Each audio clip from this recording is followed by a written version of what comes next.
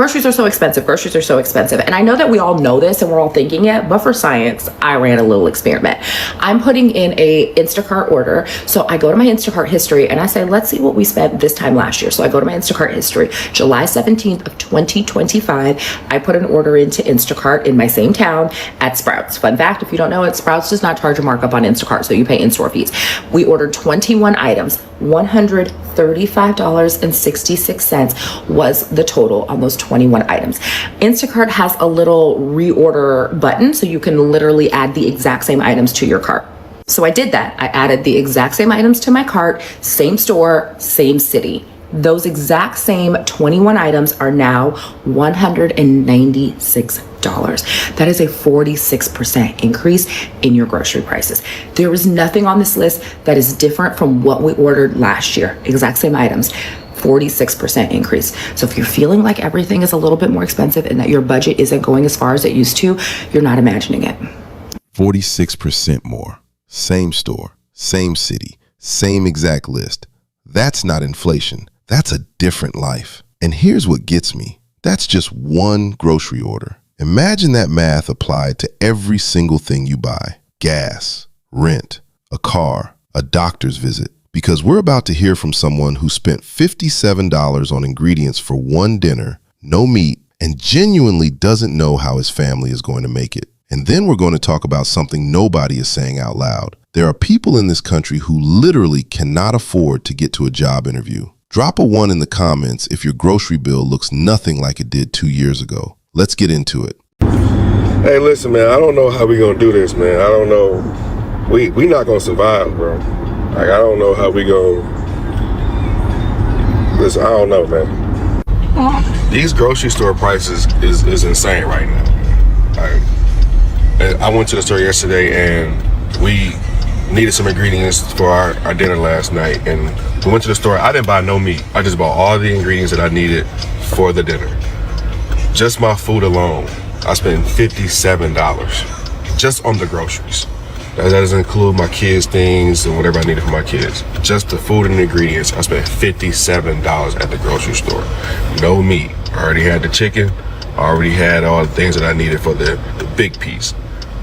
$57. I don't know how we're gonna survive this, y'all. I don't know how we're gonna do it. This is crazy. $57, no extras. This is crazy. I don't know what we're gonna do, man. This is outrageous. $57 at the grocery store with no meat. And then gas prices is at $4.50. But you gotta go to work every day to put gas in the fucking car. Yeah, I don't know how this gonna work, G. We ain't gonna survive this. Good luck to y'all. Keep y'all head up. We're gonna keep pushing, and yeah. Best of luck. We normalize something that should scare all of us. I don't think this generation is afraid of working hard. I think we're afraid that no matter how hard we work, it'll never be enough. We watched our parents work one job, buy a home, raise a family, and still have something left over. Now people are working 40, 50, even 60 hours a week and still wondering if they can even afford groceries next Friday. We don't celebrate paydays anymore. We calculate how long the money's gonna last us. That's not living, that's surviving. And I don't think enough people realize what that would do to someone mentally. It changes the way you sleep. It changes the way you think. It even changes the way you dream. Because it's hard to imagine a future when all your energy goes into surviving today. Y'all let me know in the comment, does anyone else feel like life has become something you survive instead of something you actually live? If you're telling people to live within their means, you need to realize that that only applies to a small portion of the population. If you're making about $30,000 to $40,000 a year, if even that, and you're living paycheck to paycheck, that is because your paycheck is only paying for the basic necessities of life and just barely. There's no room for savings. There's no room for going out, no room to enjoy your life. You're barely getting by. But if you're making $100,000, $200,000 a year and you're still living paycheck to paycheck, paycheck, then yes, maybe you're living outside of your means. Maybe you should stop going out so much. Maybe you should downsize and stuff like that. But if you're living a modest life, like you have an apartment, you have a basic car, you have maybe a house, a modest house, and you're still barely getting by on your paycheck, on your salary, then your employer should be paying you more. They are not paying you enough, and they know it. The teenagers of today's age need adult money to be able to do teenager activities. So what do? They apply for weekend jobs that the adults have taken because prices are going up. So all the adults need to have 2 jobs. So now this kid cannot make money legally because the adults have taken his job, and then you can't let him do the criminal activities because he'll go to prison. So you want him to practice being broke. You want him to sit there and do nothing because any activity requires money and he doesn't have money. So therefore he can't go. If he can't go, he can't be in social settings. If he can't be in social settings, you're pushing him to be a weirdo. He has no practice being in social settings because he can't afford it. And when he goes to try and afford it, i.e. going to apply for jobs, that job is taken by an adult. So what are you pushing him to do? To be a criminal? Because you need money. That's a necessity. Everybody in the world knows you need money to do anything. So if you can't let him get a normal job because all the adults have taken them, and fair enough because they got families to provide for, he needs money. So that means it's either go left or go right. I don't know if people around the world know this, but many Americans cannot afford to live. Like, cannot even afford some of the basics that the rest of you don't have to worry about. Americans can't afford their gas, can't afford their groceries, can't afford their health care, let alone anything enjoyable, doing an activity on the weekend, going someplace. Everything is outrageously expensive. Even fast food. You tried to feed a family of 4 at McDonald's, you might be spending $40 and $50. Everything is inflated right now. Remember when he ran on this campaign of lowering grocery prices, lowering the price of gas? Why is gas in the US well over $5 a gallon in so many areas? $5 a gallon. Why is the price of eggs $7, $8, and $9 a dozen? How is that lowering prices? How is anybody who voted for him still defending him? It's not just people on the left not being able to afford their lives. It's the MAGA Republicans too, but this is what you voted for. And I know so many of them are upset. We warned them. We warned them constantly. And here we all are. Gen Z. We've reached the point, kids, where you can no longer afford the job interview process. I'm gonna say that again.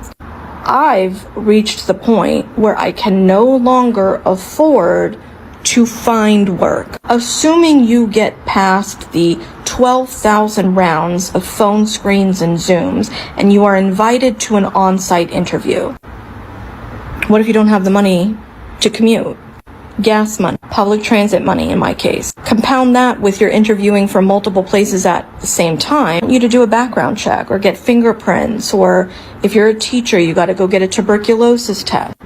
Who's paying for you to run back and forth all over fucking town? If it's a teaching or government position, they will generally pay for the background test and fingerprints themselves, but you still have to pay the third party, i.e. FedEx office or the post office or whom. This is before you ever start. And when you've been unemployed for an extended period of time and you have interviewed on site at, let's even just say 20 places, that's in excess of several $100s.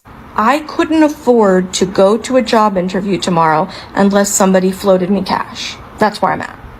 And I know I'm not alone, but nobody's fucking talking about this part of the fucking nightmare that we're living in. Looking for work costs money. And when you have been unemployed for over a year and there's no unemployment, you don't qualify for disability, your mommy has given you everything she can and then some, you're already on the internet again begging friends and strangers for money, what? Then, so do not let people gaslight you into like thinking that it's not a nightmare. We are at the point where job searching is cost prohibitive. I have to choose between, do I pay my power? Do I eat? Do I go to an interview? United States Supreme Court has just made being unhoused illegal.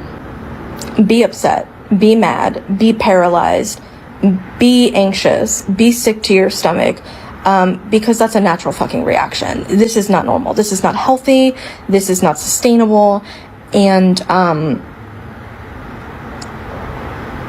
start talking about it. Start talking about it. See a lot of people on a day-to-day basis, and so many people just have given up on themselves and given up on their dreams and given up on the things they wanted to do because of whatever reason, right? They feel like, oh, it's just not working. Oh, it's taking too long and I need stuff now and da-da-da.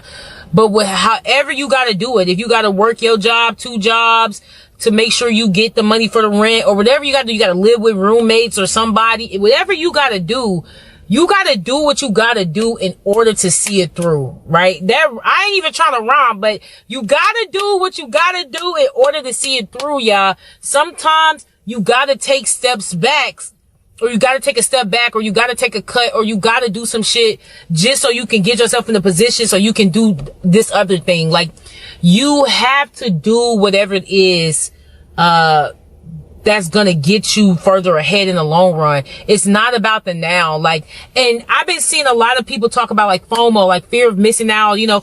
Something I hate is how this nation demonizes the poor, the destitute, and those struggling financially.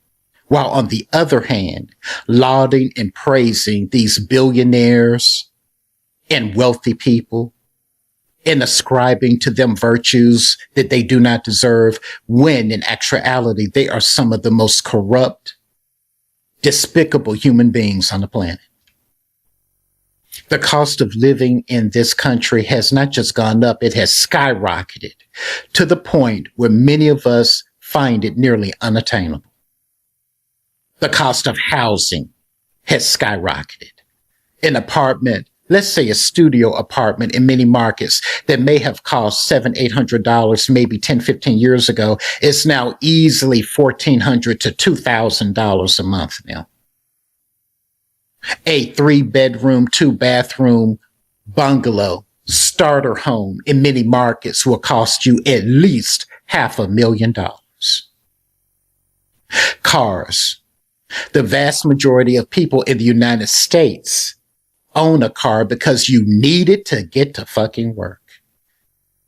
This is a nation of interstates and highways where public transportation has never been a main priority unless you live in a major metropolitan area like a New York City, Chicago, a Denver.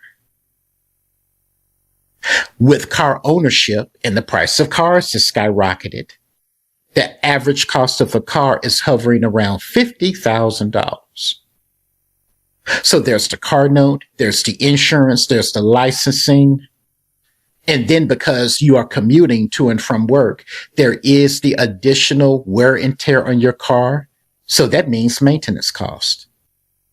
But isn't it interesting that most employers don't give you a stipend to help you maintain the vehicle that you need to get to work? Wages have stagnated. The federal minimum wage is still $7.25 an hour. That is complete lunacy in the year 2026. Yes, some states have raised their minimum wage, but minimum wage across the board, let's get fucking real, needs to be at least $30 to $40 an hour for any job so that people can actually have one full-time job and earn not just a living wage, a thriving wage where they can pay all of their bills. Do I believe that financial literacy is needed? Yes, I do, because our schools don't teach it. Do I believe that there's a segment of people who buy material things, including cars and homes, that they know they cannot afford because they want to keep up with the Joneses? Yes, I do. Do I believe that that is the vast majority of people in this nation? No, I don't. People are doing whatever they can in order to make it. And many do so because they were sold the lie that is the American dream. Students are told, get a college degree. that will guarantee your earnings. No, it doesn't. And so we have students who believe that lie and took out predatory loans because their families otherwise could not afford to send them to school. They should be free. And as soon as they graduate, they are saddled with student loan debt. Some as much as hundreds of thousands of dollars when they graduate. Help me understand how that is right or fair or sane. They are just starting out. So now they have to find housing that is astronomically high, buy these cars that are astronomically high, but they're told you need to live within your means.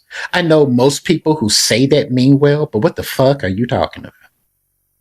We exist in a nation that practices capitalism, which is a Ponzi scheme.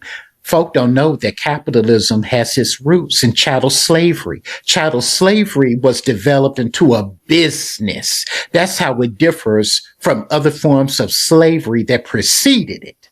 It was transformed into a business. The trafficking of human beings and their forced labor under the most brutal conditions built fortunes and wealth that last and exist to this very day. How does capitalism survive? It must have an exploitable underclass of workers that are also underpaid. That's why AI is being pushed all of a sudden, y'all, because think of it. If these AI systems worked like Silicon Valley promised, they don't. Then that means that these companies could get rid of many of their human employees. And that's what they want, even though that's not reality. If you are financially comfortable, wealthy, well off, don't have to worry about money, that is so great. Really, it is, especially now. But don't lose sight of the reality of the world that we live in. And I will say this too, be very careful, because life comes at all of us very fast. I have known a couple of people who were at one time very well off, but some unfortunate things happened and their circumstance changed. We mustn't lose sight of our humanity and our compassion. And we mustn't lose sight of where the blame for what is happening in our nation, in this economy, and socially, politically, where it actually lies. Because life in the United States right now, for the vast majority of us, is unsustainable. So we started with the receipt, 46% more. Same 21 items, same store. And what we found underneath that receipt was something bigger. A dad who spent $57 on ingredients for one dinner and doesn't know how his family survives next week. A person who cannot afford the gas to get to a job interview. Teenagers who can't get entry-level jobs because adults need 2 of them just to cover rent. And now, young Americans whose entire vision of the future is just leave. Not travel, not vacation, leave. Because the dollar goes further almost anywhere else on earth than it does in the country that printed it. That's not a personal failure. The Instacart receipt proved that. The math proved that. So I want to know from you, is leaving America giving up, or is it the smartest financial move a young American can make right now? Drop it in the comments. I read every single one.